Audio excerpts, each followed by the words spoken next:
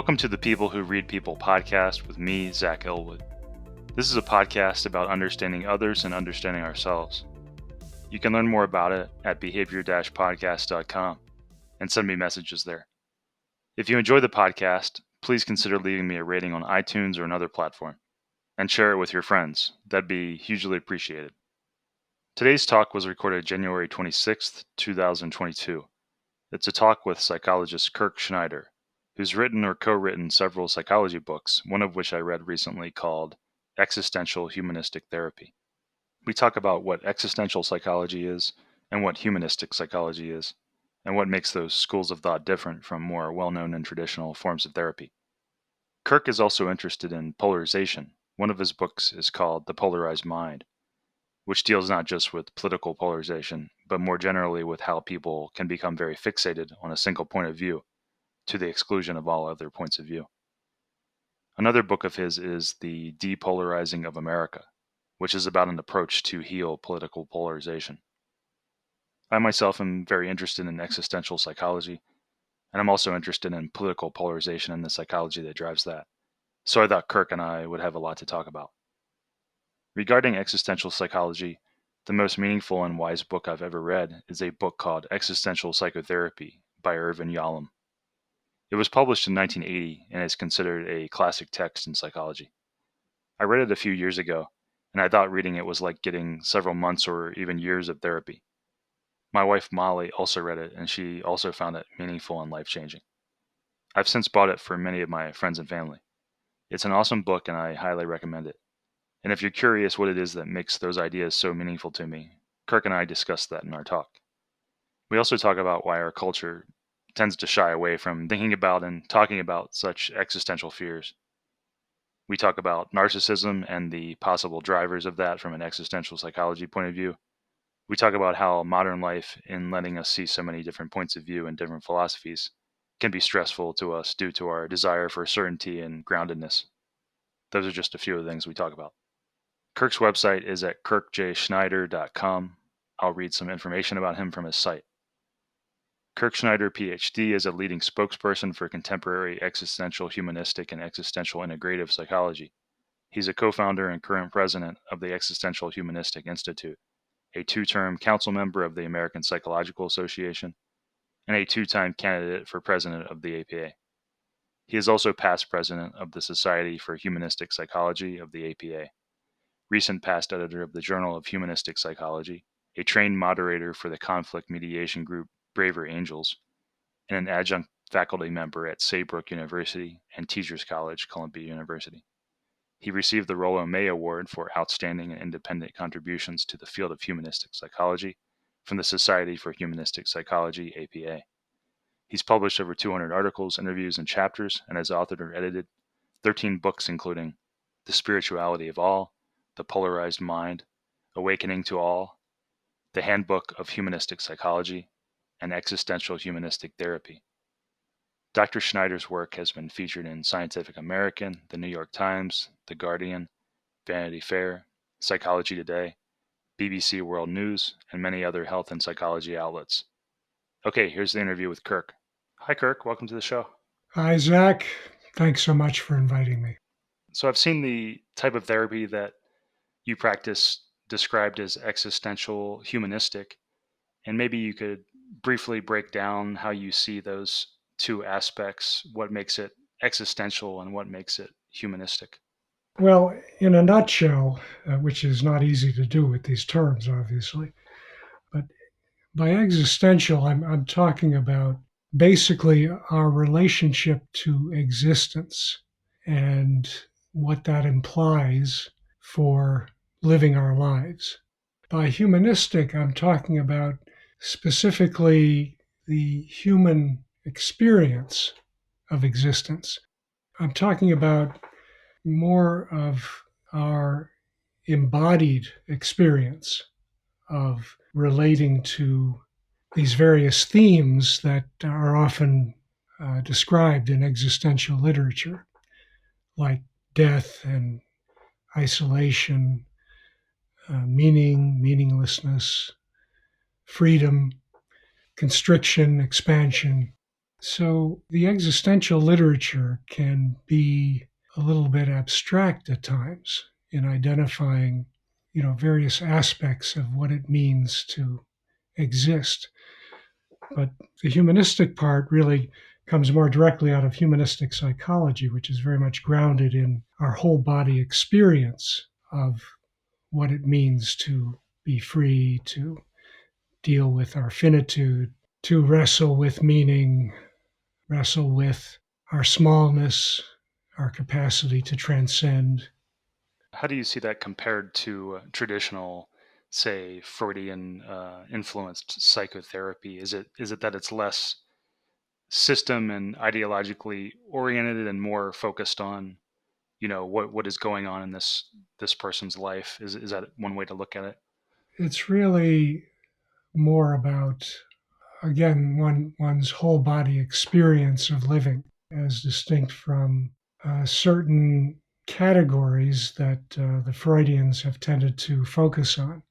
For example, in classical drive theory, the main issues that human beings are purported to confront are sexual aggressive drives versus our moral conscience, if you will, societal standards. That's the basic conflict. In more recent psychoanalytic thinking, it has to do with the human being's relationship to often their caretakers, to early childhood, and how that relates to their current state of functioning, if you will. But in existential humanistic psychology, again, we're really talking about our whole bodied experience of life, our relationship to all there is, if you will. So certainly the sexual aggressive dispositions that we deal with is part of that. Our relationship to our parents and our cultural systems are a part of that. But even more fundamentally, we see our relationship to existence, to being, as underlying those other dispositions. And, I guess one example might be the whole drama. I mean, Otto Rank calls it the trauma around birth. There's clearly separation anxiety from the mother, and this relates to attachment theory, which is very prominent in psychoanalytic circles these days. But it also relates, and this is something I believe not talked about enough in psychoanalytic circles, and hopefully through bridge building with existential perspectives, we can open to this broader and I believe deeper view, which is that there's a separation from our relative unity with the cosmos, with the mysterious origin of our being, which goes beyond the mother, if you will. Not to discount that powerful connection, intrauterine connection, but there's also an intracosmic connection, if you will. So one is moving from a state of relative non-existence, you could say quiescence, unity with the all, again, analysts would say with the mother, to then sudden abrupt existence, the chaos and confusion of separating from this state of melding. Some might call it, paradise-like. I'm not sure. I wouldn't necessarily give it that description, but some like Eric Fromm have equated it with the Garden of Eden story and a break from paradise. It's certainly a break from something radically different. So this is where we come into the whole psychology of difference, as Otto Rank puts it. This is where we confront a sense of radical otherness. What we felt was unified and harmonious and familiar is suddenly now disunified in many ways, unfamiliar, radically foreign. And that seems to be an underlying factor in, I would say, much, if not all, of our subsequent anxiety and even traumas. This sense of helplessness and groundlessness, as I would put it. And I know you have written eloquently about the weirdness of being. A little note here. Kirk is referring to a piece I recently wrote about the strangeness of life. You can find that on my blog on Medium. If you do an online search for Zachary Elwood Medium, you should see it. I see that as a sort of a synonym or a parallel to the problem that I'm describing, that the basic conflict of our severing from existence, Mm-hmm. To this radical life that we've been granted, Mm-hmm. which is, I don't want to discount the wondrous aspects of it too, but I think it's a blend of the terrifying and the wondrous, Mm-hmm. Mm-hmm. which I would call a sense of awe. Right, exactly. And you've written about all a good amount. I think you even have a Yes, specific book on that. But yeah, the concept that several, yeah. the concept that there's a fine line, or it's two sides of the same coin, that something is both awe-inspiring and wondrous and also terrifying. I mean, you could view those things as being almost synonymous in some way.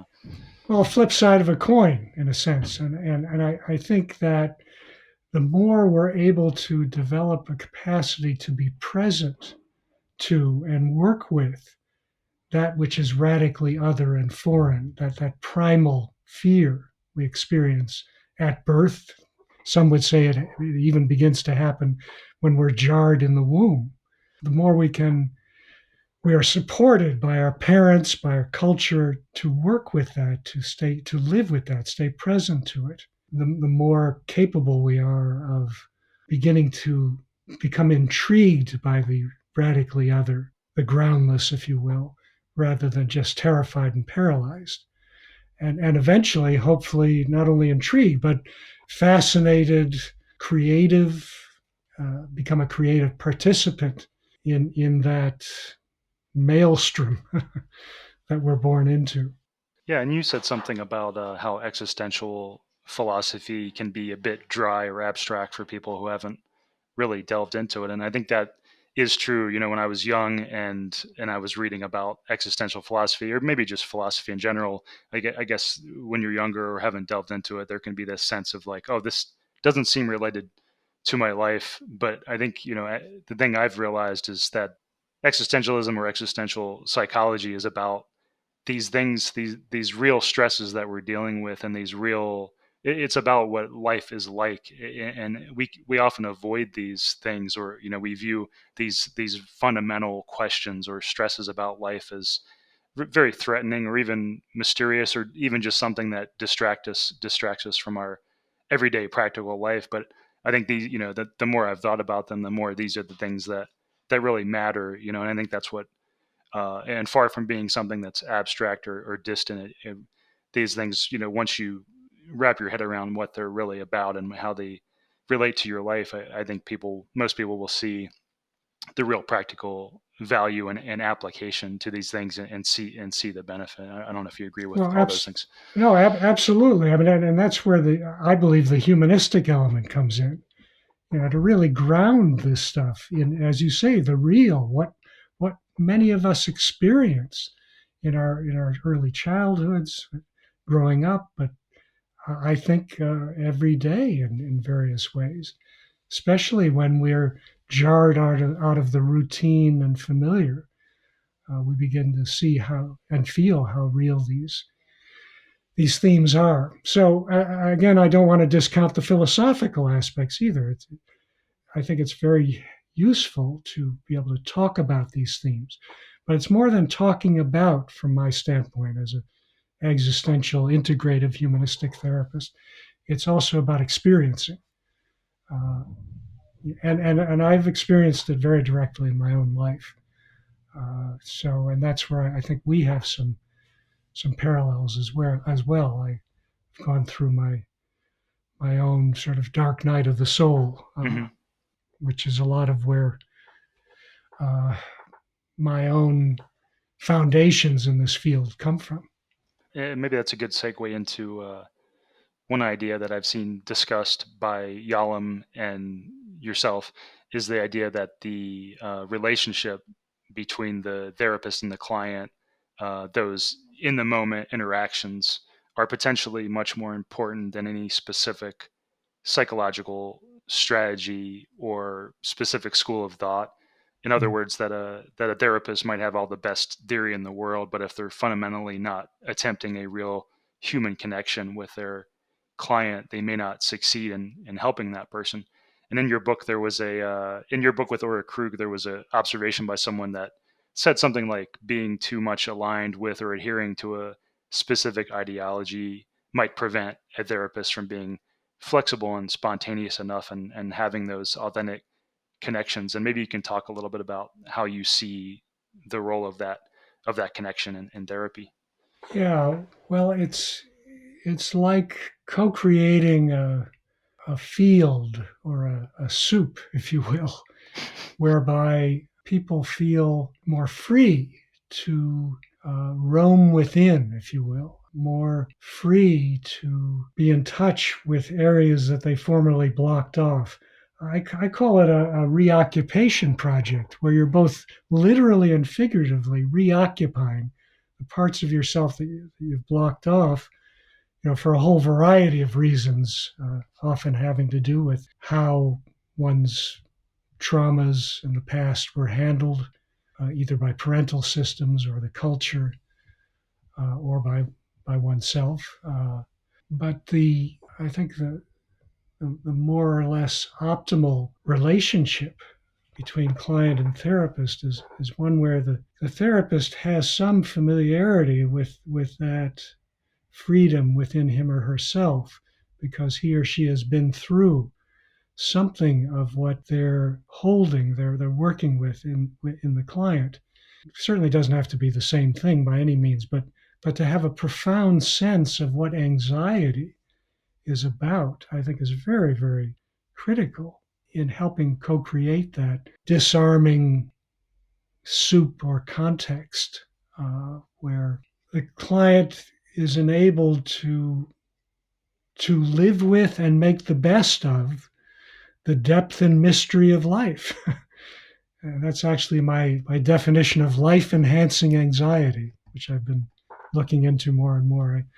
I feel like this is a really fundamental concept to existential humanistic therapy and for our lives.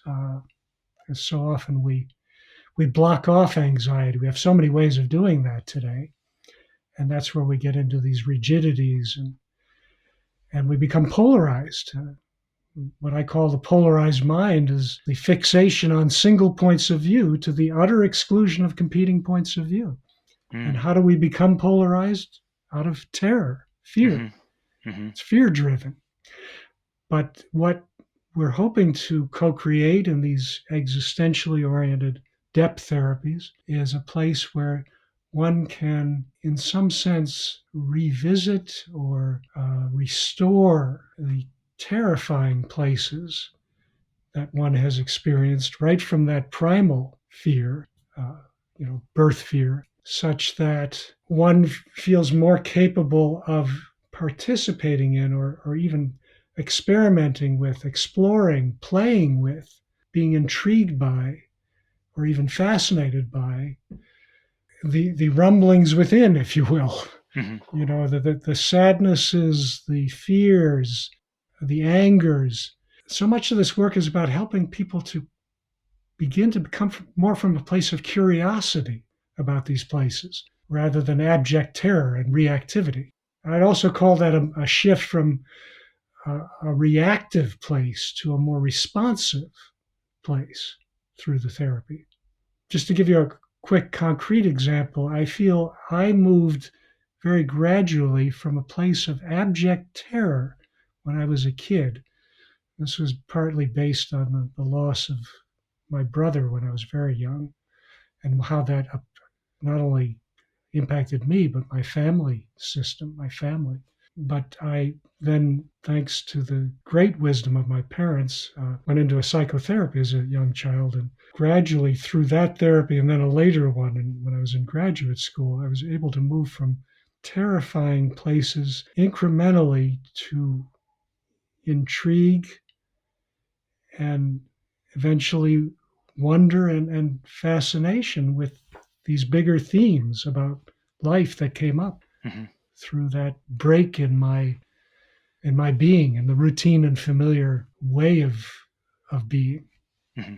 Is that making sense? Yeah, it made me. I was going to say, it seems like, I mean, for me, and I think for many people, the value of the existential philosophy and existential psychology, the value of some of that can be even in just being able to put names to, recognizing and realizing that these are existential, that these are problems and stresses that come with existence, that you'll never fully escape these stresses, that these are always Right. with us. And I think the value is in recognizing that, being able to put words to it, and Hmm. also sort of like you were saying, there's that value in accepting that, Yes. and by accepting it, you immunize yourself in some sense, to those fears and stresses. They become less daunting because you have wrapped your mind more around how they are always with us, and how, they are just a fundamental fact of human Well, life. yes, I would say accepting it, but also for those who can take the fuller trip, re experiencing those places.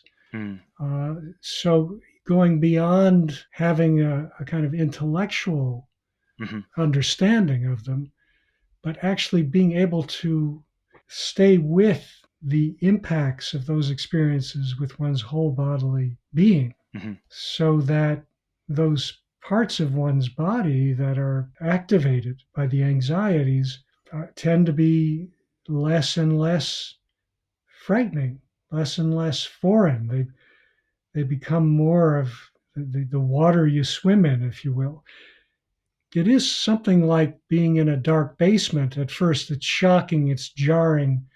You bump into this pointy object or something crashes. Hmm. You're on tenterhooks.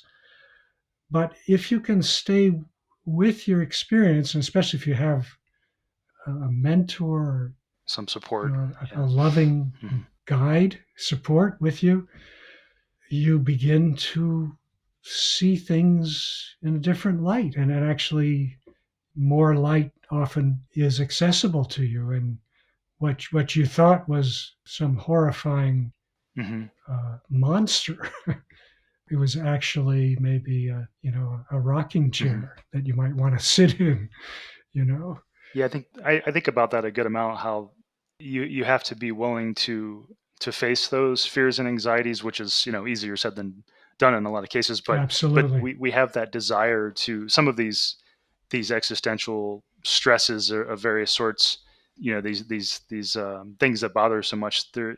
I think we all have that desire to shy away from them, and not examine them and say, I'm going to avoid going with the flow with this anxiety to see where it leads me. We have these mental blockers up, and you can kind of build up fears that are greater than, that's how you can build up some pretty extreme fears around, like, oh, I can't let myself experience this anxiety. I must find a way to avoid experiencing it. You build those things up in your mind so much. But yeah, I think Absolutely. this comes up in conversations with my wife when we're talking about, her anxiety, and I sort of like you were saying, it's like, well, see where those thoughts take you, and don't be afraid to really delve into them, if you can, of course. Right. It's always hard to make, blanket statements like that, but there's something to that for Yeah, sure. I would call it finding ground within groundlessness.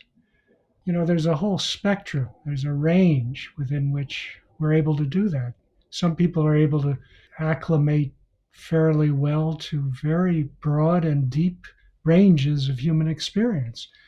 Others, less broad and deep. But I think the point is for each person to kind of soul search that Hmm. and go as far as they feel they can go. I just think it's wonderful if we have, mediators or healers who can help us to take those journeys. Because too often, especially in today's world, there's an emphasis on the quick fix and the instant results. Hmm.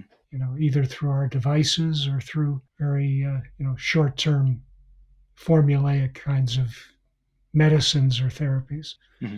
Which again, I think they can all be useful depending on circumstance and a person's situation. But to make them the be all and end all is one of the great tragedies of our time.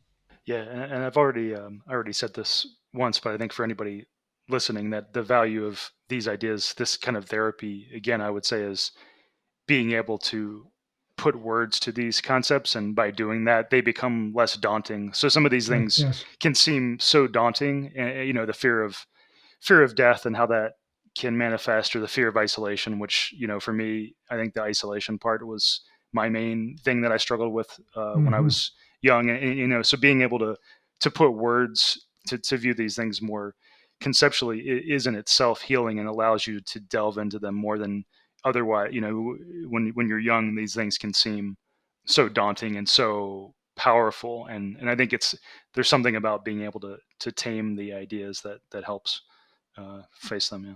That's a great point, Zach. Just having somebody who can relate to you and who can have a conversation with you about these things, and who's not, scared out of their mind to talk about them. Just that can help. Gives you some understanding, some sense that others have been down through this road before. Exactly. Yeah. And that actually, I just thought of it, but one of the benefits of therapy, that when I talk to people about therapy, sometimes there's that sense that people have of, what does this person really know about me, or how much do they really know? And I think, even if the person you're going to see is in theory not even that good, I think there's value just to getting different points of view. And that's what I tell people about therapy when I'm trying to describe the benefits. It's like just getting a different point of view alone, and seeing your problem from a different point of view. And you're always the one who can pick and choose from those ideas at the end of the day, and see what appeals to you. But just that value of getting new ideas and new perspectives alone is sometimes just so valuable in itself. Totally agree. It's one interesting thing that I've read in Yalom's book, which I have seen in my life, is that he talks about, and I'm talking about his book, Existential Psychotherapy. Right. He talks about how many therapists who are more traditional, psychotherapy and other therapies, more traditional therapists, they seem to want to avoid these more existential topics for various reasons. Mm-hmm. And I've had that experience talking to therapists. It's almost as if they don't want to open up such existential kinds of questions, due to Yeah. those questions being so unanswerable and deep, and theoretically troublesome to resolve. And I even had a therapist basically tell me that directly once, when I was seeing him for anxiety, and I had asked him about existential psychology because I was reading about it at the time. And he basically said in so many words, yeah, we don't really like to get into those deep questions. And didn't give me much detail about why that was. But I'm curious if Yalom's observation rings true for you, and do you think that these kinds of topics are avoided by many therapists, and if so, do you think that should change? Yes, yes, and yes. I think it's a major problem, but I don't think it's just therapists. I think it's our culture, our whole culture, maybe Western culture, industrialized culture, is oriented around efficiency, again, speed, instant results, appearance and packaging of things. That's our socioeconomic system. It drives so many levels of our functioning in society.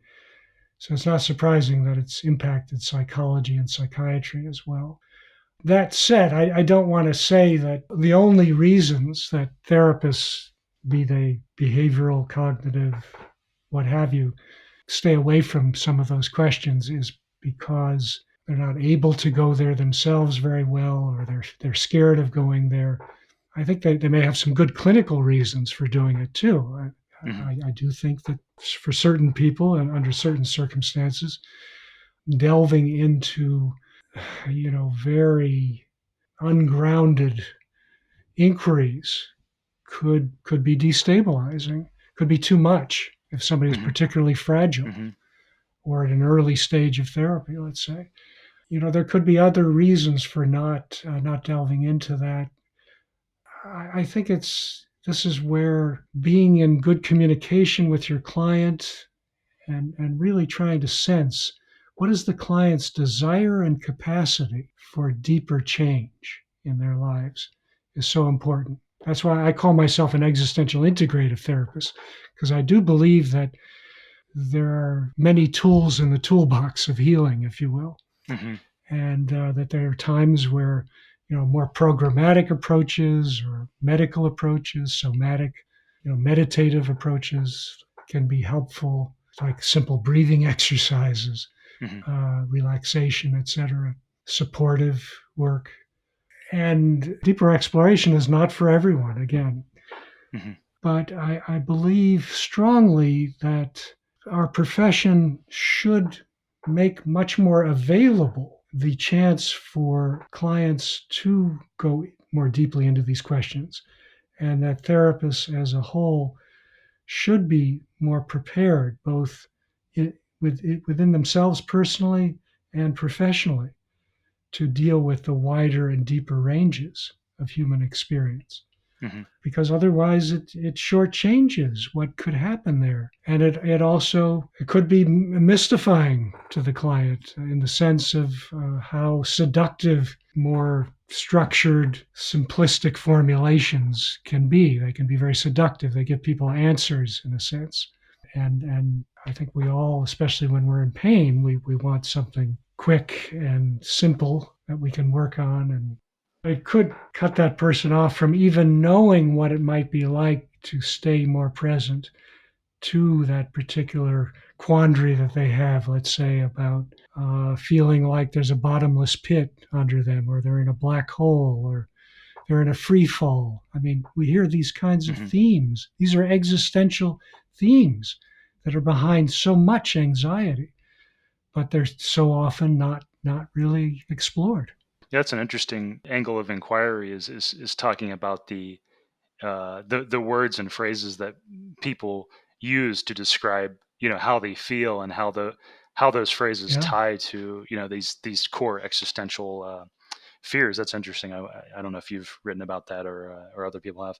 Well, I have some, and what I find is that the deeper people go into their anxieties, often the more these metaphors come up around, free fall, or fearing that they're drowning or disappearing, and I believe that that's because we have a harder and harder time wrapping our words around the experience. The experience is much more powerful than any word can contain. So that's where I think it's, if you're just coming at that person from a standpoint of, talking about it or trying to give an explanation, you're not really reaching Mm-hmm. that person where they need to be reached, which is, again, in terms of their whole body experience of the problem, and giving space to that, which is sometimes wordless. It's more attending to what they're feeling, sensing, imaging. Mm-hmm. Being willing to really feel that feeling in the moment, as opposed to pushing it away. Yeah. That's right. That's right. So yeah, to your points, it's talking about some therapists not wanting to deal with these kinds of topics. It has surprised me since I've learned more about these ideas, and how powerful I consider them. It's really surprising to me how rarely people seem to talk about these issues. And I think it gets to that, like you said, the cultural thing of, like, we don't like to talk about, death. We put that aside and nobody talks about it, even though it's such a fundamental existential part of our existence. And I think it's the same thing for the other, these core stressors. It's, we'd rather just set them aside, and only deal with them in these moments at 3 a.m. when we wake up, and for a few moments. When we're It's more, forced to.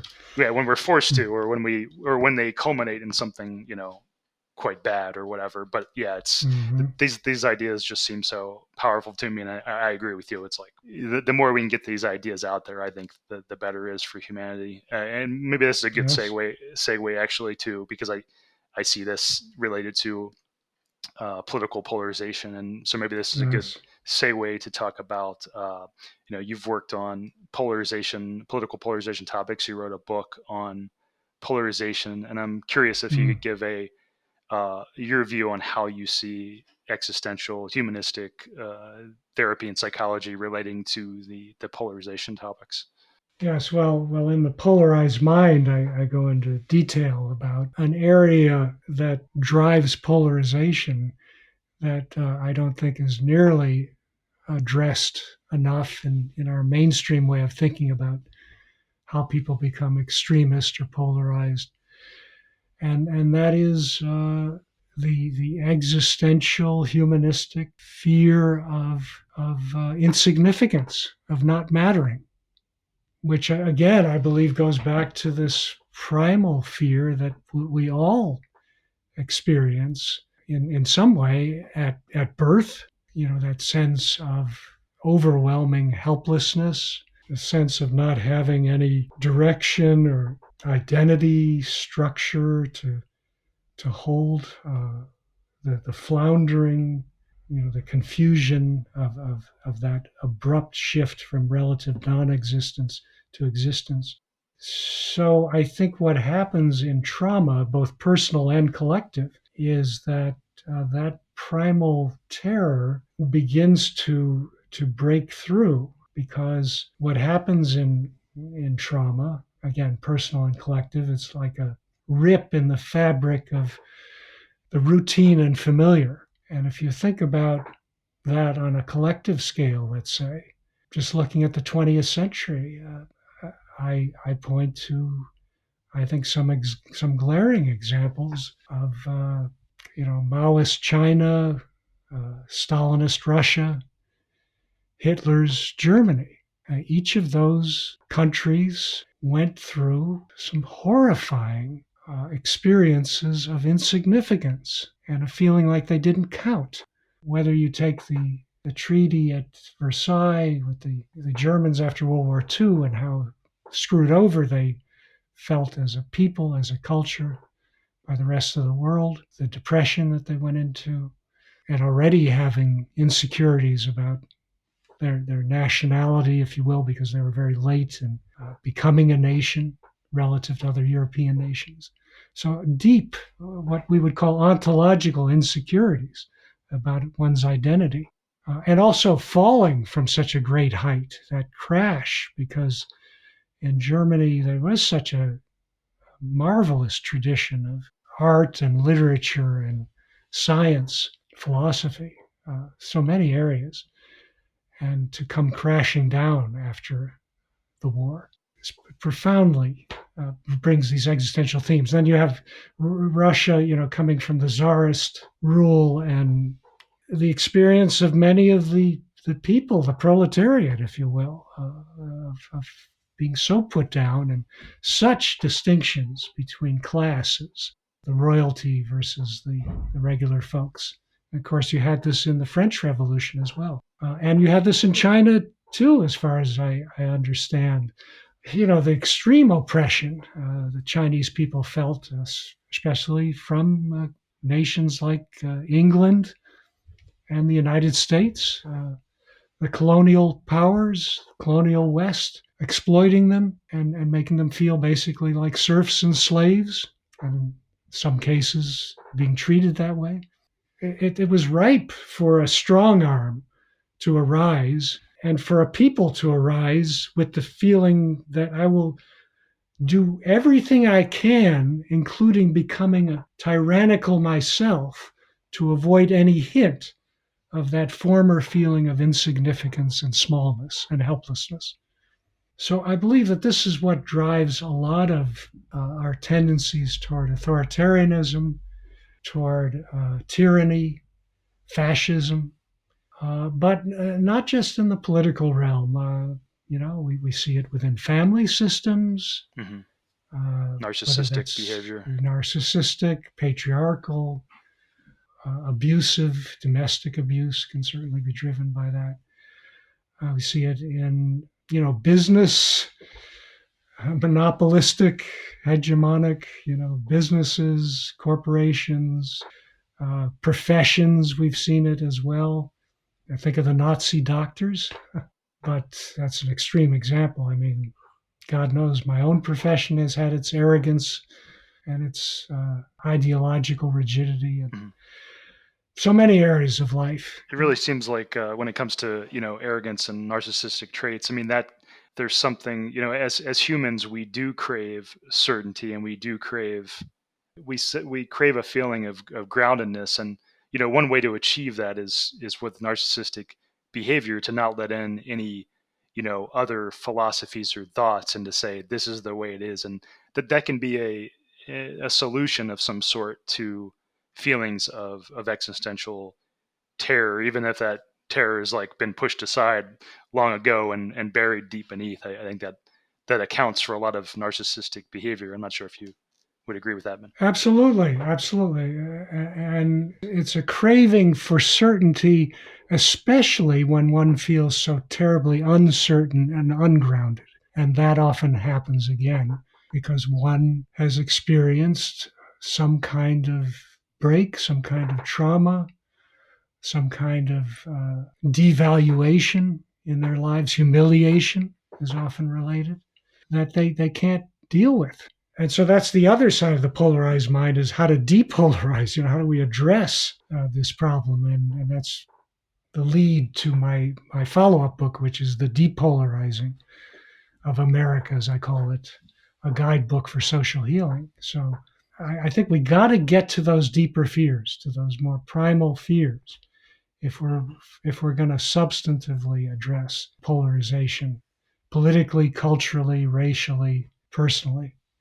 Otherwise, you're rearranging deck chairs on the Titanic. I totally agree, and that's, I mean, that for me, that is what connects these two things too, or how I see the existential psychology ideas and polarization. And for me, it's recognizing that we're all human and we're all just a bunch of individuals, and that's why I kind of aim for avoiding these.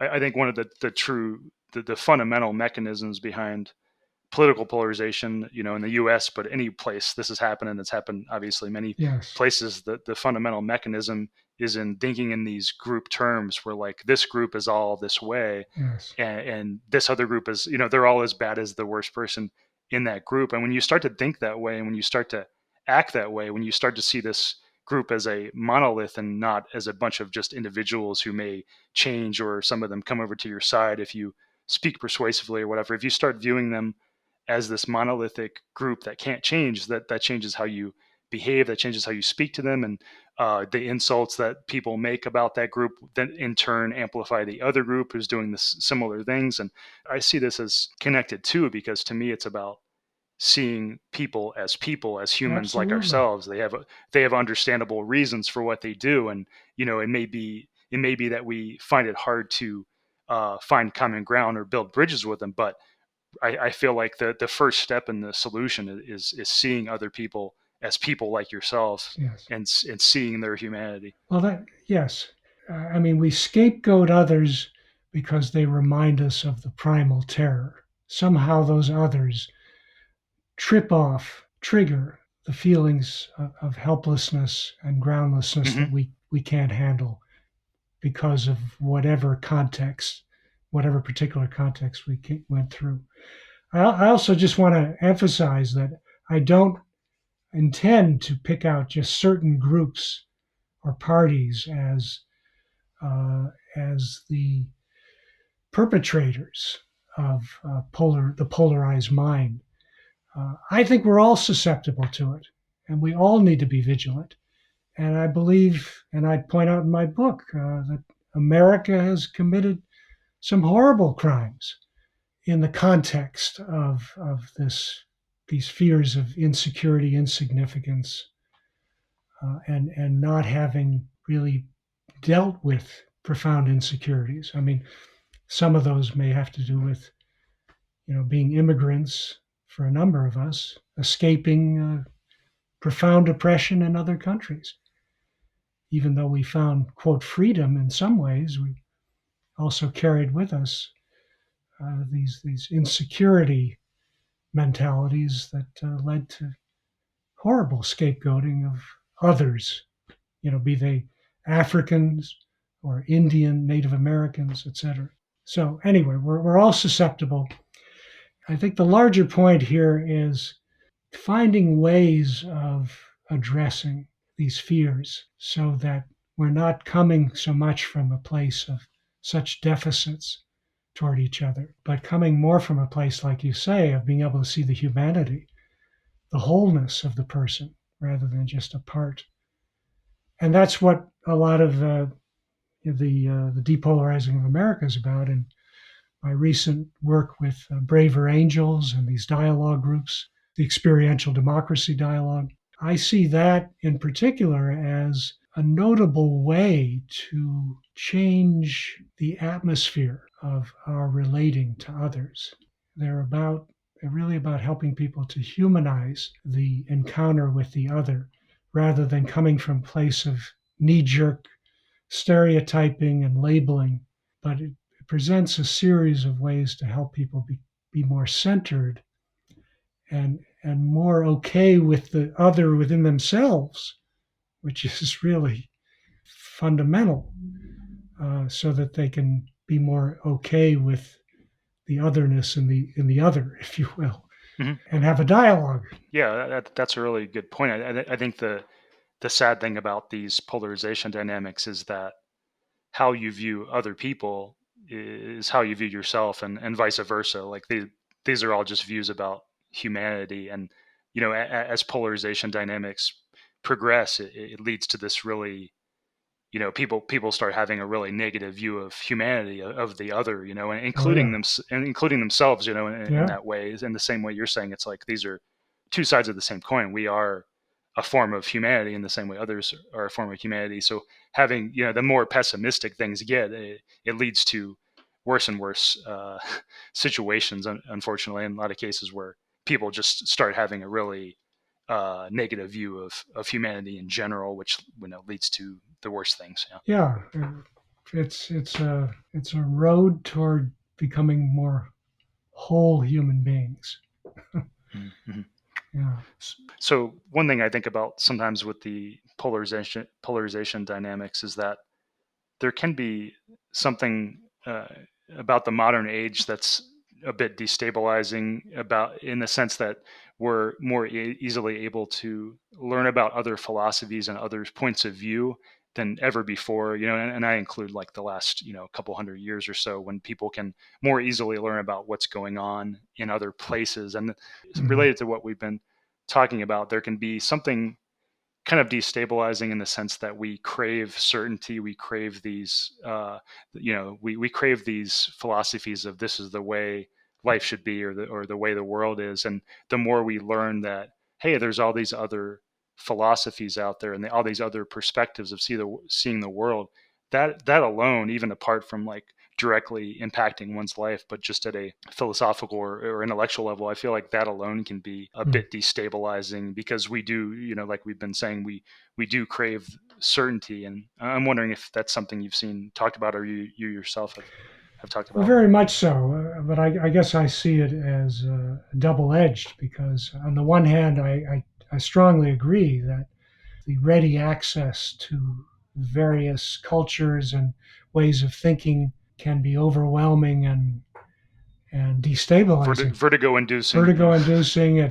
It puts us into our silos, our dogmas, our ideological orthodoxies, because we don't, it's too much. And I think the 60s also in America had something to do with that. It pushed a lot of people to become more narrow and more linear in their behaving and thinking, simply because it felt safer, and it's too scary to entertain all these different ideas and lifestyles, etc. But on the other hand, I also think an interesting phenomenon of, let's say, the Zoom calls that we have now, and reliance on our devices, is it opens us up to many more cultures, ways of thinking that we never had access to before. And that's potentially a silver lining depending on how we handle that. I certainly have felt very enriched by a number of the Zoom conferences and presentations I've been a part of from people all over the world. And you just never have that, or very rarely, in more live, person to person kind of settings. So if you can use those opportunities to, again, be more present, to stay with each other and explore each other's ideas and work with your own reactivity around that, it could really enrich and advance, I think, our capacity to innovate, our capacities to discover more about ourselves and each other, and could lead to more vital ways of living. It reminds me of, I was saying something about social media recently, where in a similar way, there's all these stresses that are come with social media and the internet age, where you're more on display, you're having to say things publicly and have to interact with people in different frames of reference, which leads to all sorts of stresses and distortions and misunderstandings. But within that, even with those stresses, related to existential psychology, I would say is by confronting those stresses, all the stresses that we experience in life have the capacity to lead us to a greater wisdom about what life is. So in the case of social media, with all those stresses, there's also the path to recognizing, for example, that we are not defined by the presentation we make to other people, even though it can seem that way at times, right? That we feel judged, or we feel, you know, angry. It's like reaching this realization that we are more than the perceptions that other people have of us, as one step to one sort of wisdom in that area.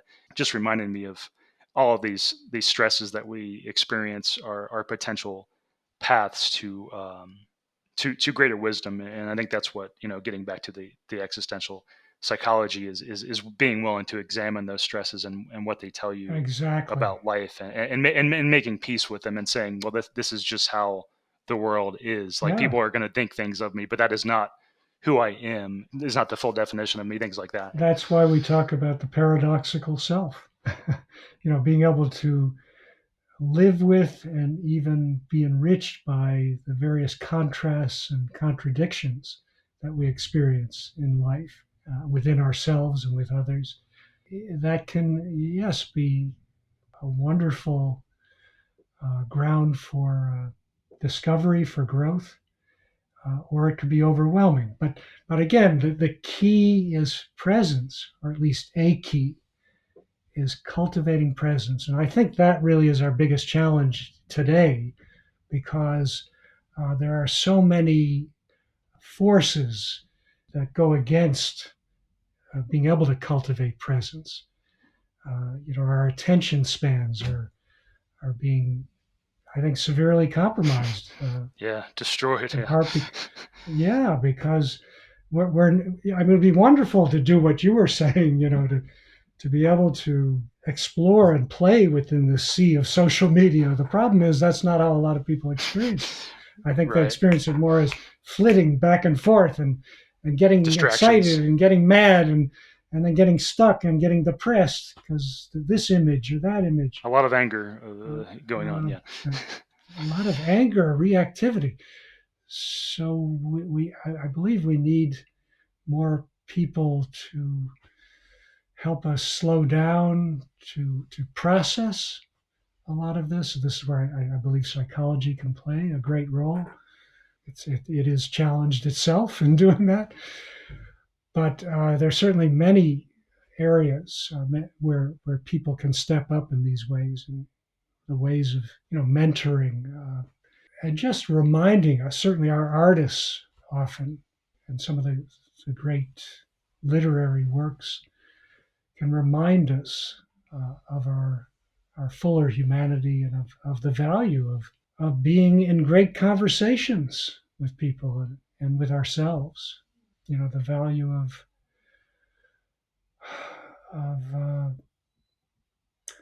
pausing, of taking time to um, find one's way through all this. That was an interview with Kirk Schneider. You can learn more about him at his site, kirkjschneider.com. He's on Twitter at kschneider56. You can find his books on Amazon or wherever you buy your books at. Just to remind you of a few titles of his book to pique your interest: Awakening to All, The Spirituality of All, The Polarized Mind, Horror and the Holy, and The Paradoxical Self. So those are just a few of his books there. If you enjoy learning about psychology and therapy-related topics, I have some earlier episodes on the subject of anxiety and on schizophrenia and psychosis. In a couple of those, I talk about my own mental struggles as a young man, which led to me having to drop out of college suddenly mid-year. You might also enjoy checking out the piece I wrote about existential psychology and the strangeness of life, which you can find by searching for Zach Elwood Medium. If the subject of the psychology behind people's political polarization interests you, there are quite a few books I'd recommend on that topic. I'll put that on the page for this episode at my site, behavior-podcast.com, if you want to check those out. This is the People Who Read People podcast with me, Zach Elwood. If you've enjoyed this podcast, would you be willing to do me a huge favor and leave me a review on iTunes or another podcast platform? Might you be willing to share this podcast with your acquaintances? It would mean a lot to me and would make it more likely that I continue to do this podcast in the future. Thanks for listening. Music by Small Skies.